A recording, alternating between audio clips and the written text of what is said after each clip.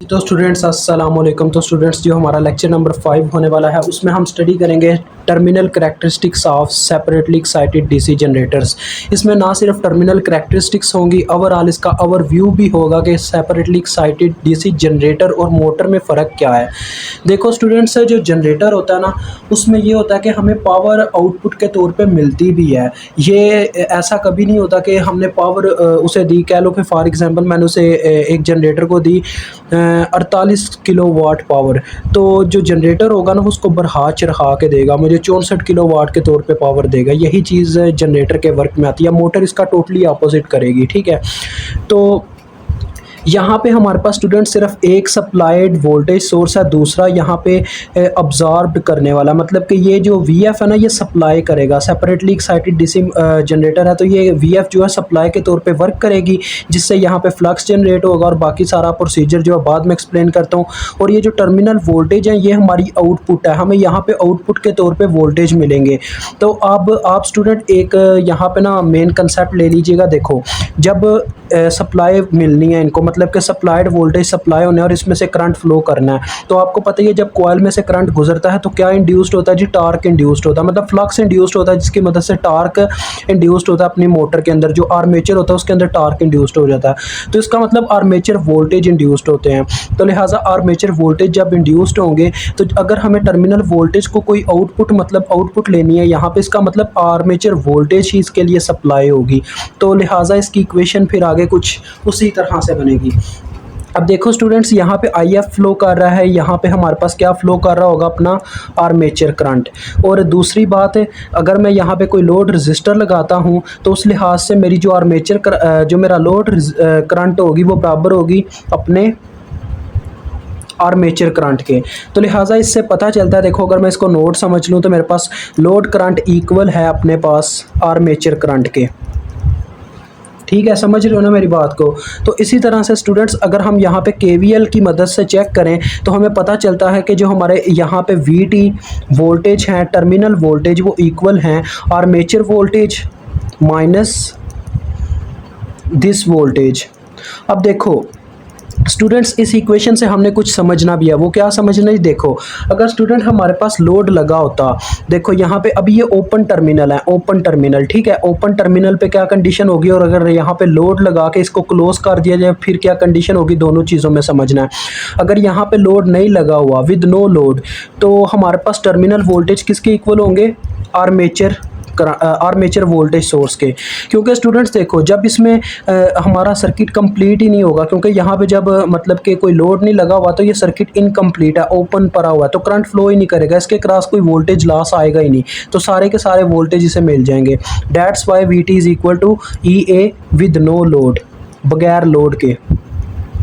ठीक हो गया जी। अगर लोड मैं लगाता हूँ स्टूडेंट्स, अब लोड लगा के आपको पता ही है क्या होना, जब मैं लोड लगाऊंगा तो करंट फ्लो करना स्टार्ट कर देगी, जिसकी वजह से क्या होगा जी, अपने RA में क्या होगा, वोल्टेज लॉस आता चला जाएगा, जिसकी वजह से कि इसके नुकसान में मुझे यही भरपाई करनी पड़ेगी कि स्टूडेंट्स अपने जो VT वोल्टेज है एक ऐसा लम्हा भी आएगा कि ज़ीरो हो चुके होंगे, यानी कि डिक्रीज़ आता जाएगा। अब मतलब कि जैसे जैसे हमारे मतलब कह लो आर्मेचर करंट बढ़ती जाएगी वैसे वैसे हमारा जो लोड है, अपना VT वोल्टेज है, टर्मिनल वोल्टेज, वो डिक्रीज़ होते चले जाएंगे।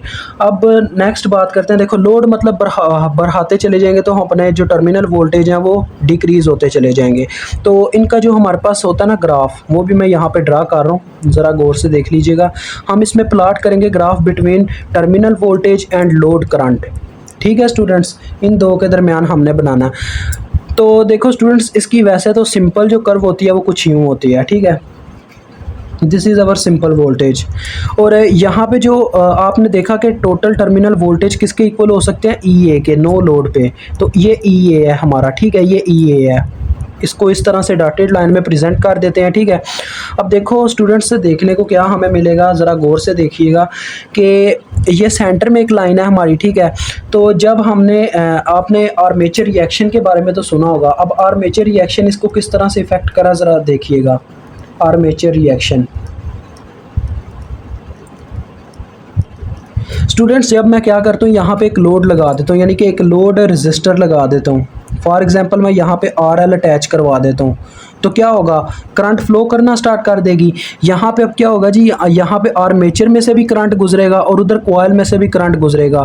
तो यहाँ पे दोनों तरफ से मैग्नेटिक फील्ड जनरेट होगी जो कि एक दूसरे के साथ इंटरेक्ट करेगी, जिसकी वजह से हमारी जो मोटर है वो डिस्टॉर्शन में चली जाएगी। और ये ज़्यादातर ये जो डिस्टॉर्शन और आर्मेचर रिएक्शन काज बनता है ना, मतलब कि आर्मेचर रिएक्शन काजेज, यानी कि आर्मेचर रिएक्शंस की वजह से क्या मतलब कि हमें नुकसान होता है, वो होता है स्टूडेंट्स फ्लक्स वीकनिंग, ठीक है। उसके बाद न्यूट्रल प्लेन शिफ्ट, यानी कि आर्मेचर रिएक्शन जो है वो फ्लक्स वीकनिंग और न्यूट्रल प्लेन शिफ्ट का सबब बनता है। और जनरेटर के केस में ज़्यादातर हमें जो देखने को मिलता है ना वो फ्लक्स वीकनिंग ही देखने को मिलता है। मतलब कि स्टूडेंट्स देखो कि हमारी, जैसे कि मैंने आपको बताया, जब हमने यहाँ पे लोड लगाया तो क्या होगा, अपनी आर्मेचर जो करंट है वो इंक्रीज़ होगी। कैसे इंक्रीज़ होगी, उसका मतलब यह है कि जब लोड रेजिस्टर लगा दिया गया है तो करंट ने फ्लो करना स्टार्ट कर देना। इसका मतलब आर्मेचर करंट इंक्रीज़ हुई, आर्मेचर करंट इंक्रीज़ होगी तो फ्लक्स डिक्रीज़ होगा।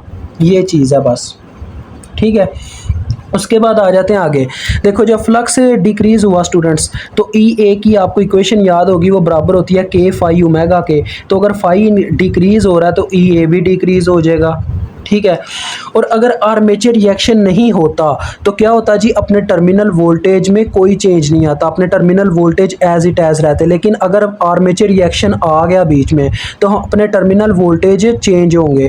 तो लिहाजा इसके बाद बरअक्स इसके आगे जो बात आती है वो ये है कि कुछ इक्वेशंस मैं यहाँ पे आपको लिख के बता रहा हूँ कि जो आर्मेचर रिएक्शन होता है ना स्टूडेंट्स, वो डायरेक्टली प्रोपोर्शनल होता है हमारे पास अपने पास लोड करंट के। और लोड करंट आपको मैंने प्रीवियस में यहाँ पे बताई है कि बराबर होती है आर्मेचर करंट के। लिहाजा ये दोनों आपस में बराबर तो होती हैं, लेकिन आर्मेचर जो रिएक्शन होता है ना वो इन्वर्सली प्रोपोर्शनल होता है अपने पास आर्मेचर वोल्टेज के, दीज वोल्टेजेस।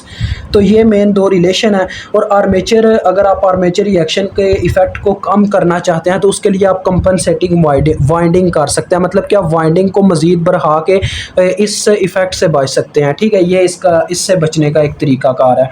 उसके बाद स्टूडेंट्स आ जाता है, देखो कि हम टर्मिनल वोल्टेज, अब हमने ये सारी बातचीत कर ली। उसके बाद बात ये आ जाती है कि हम टर्मिनल वोल्टेज पे कैसे अपना क्या लेके मजबूती से हाथ बिठा सकते हैं। मजबूती से हाथ बिठाने का मतलब ये टर्मिनल करैक्टरिस्टिक्स का यही मतलब होता है कि हम सेपरेटली एक्साइटेड डीसी जनरेटर पे किस तरह से कंट्रोल रख सकते हैं। वो कंट्रोल कैसे रखना है, देखो जो अपने वीटी वोल्टेज हैं, टर्मिनल वोल्टेज, उनको हम कितने तरीक़ों से कंट्रोल कर सकते हैं। देखो वीटी का डायरेक्ट ई ए के साथ ही रिलेशन है।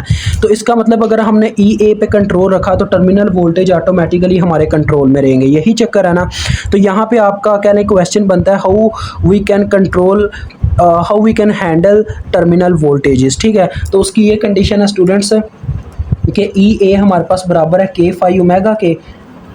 तो लिहाजा हम टर्मिनल वोल्टेज को दो तरीक़ों से कंट्रोल कर सकते हैं। एक तो ये हम फ्लक्स को चेंज कर दें, ठीक है, एक ये तरीकाकार है। अब फ्लक्स देखो, फ्लक्स अगर इंक्रीज़ होता है तो ई ए इंक्रीज़ होगा, मतलब कि आर्मेचर वोल्टेज इंक्रीज़ होंगे। और अगर इसका वाइस वर्सा, मतलब कि अगर फ्लक्स डिक्रीज़ होता है तो अपने जो आर्मेचर वोल्टेज हैं वो भी डिक्रीज़ होंगे। This is vice versa. तो आगे दूसरे नंबर पे आ जाओ कि अगर हम इसकी बजाय स्टूडेंट्स एंगुलर स्पीड को चेंज करें, मतलब कि एंगुलर स्पीड को अगर मैं बढ़ाता हूँ, मोटर की एंगुलर स्पीड बढ़ाता हूँ तो आर्मेचर वोल्टेज ज़्यादा इंड्यूस्ड होंगे, ये तो आपको पता है। टार्क ज़्यादा इंड्यूस्ड होगा तो ये भी ज़्यादा, और ऐसे इसका अपोजिट हो जाता है, यानी कि डायरेक्ट रिलेशन है इनके आपस में। और एक और बात स्टूडेंट्स कि हम जो है फ्लक्स को कैसे मतलब कि बढ़ा और चढ़ा, ये देखो स्पीड का तो समझ में आता है। स्पीड में ये है कि हम सप्लाई ज़्यादा देंगे, यानी कि ये जो वी एफ है ना इसकी मतलब कि अमाउंट बढ़ा देंगे। लेकिन ये जो फ्लक्स है इसमें कैसे चेंज आएगा, ये देखने को हमें ना थोड़ा बहुत आता है।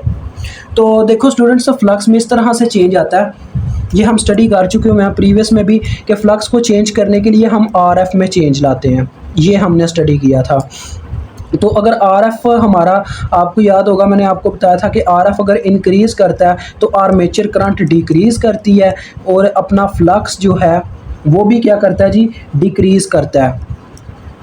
और इसके बदले में हमारा जो स्पीड ऑफ द मोटर है वो इंक्रीज़ करती है, क्योंकि जितना ज़्यादा आरएफ भरा होगा उतना ज़्यादा यहाँ पे अपने अंदर ये करंट को समेट लेगा, यानी कि करंट को ज़्यादा अब्जॉर्ब करेगा और एलएफ तक कम करंट जाएगी। कम करंट जाएगी तो उसके अंदर कम फ्लक्स पैदा होगा, लेकिन स्पीड ऑफ द मोटर इसके अपोजिट होती है फ्लक्स के, तो लिहाजा ये ज़्यादा तेज़ी से हमारा जो अपना मोटर है वो चलेगी।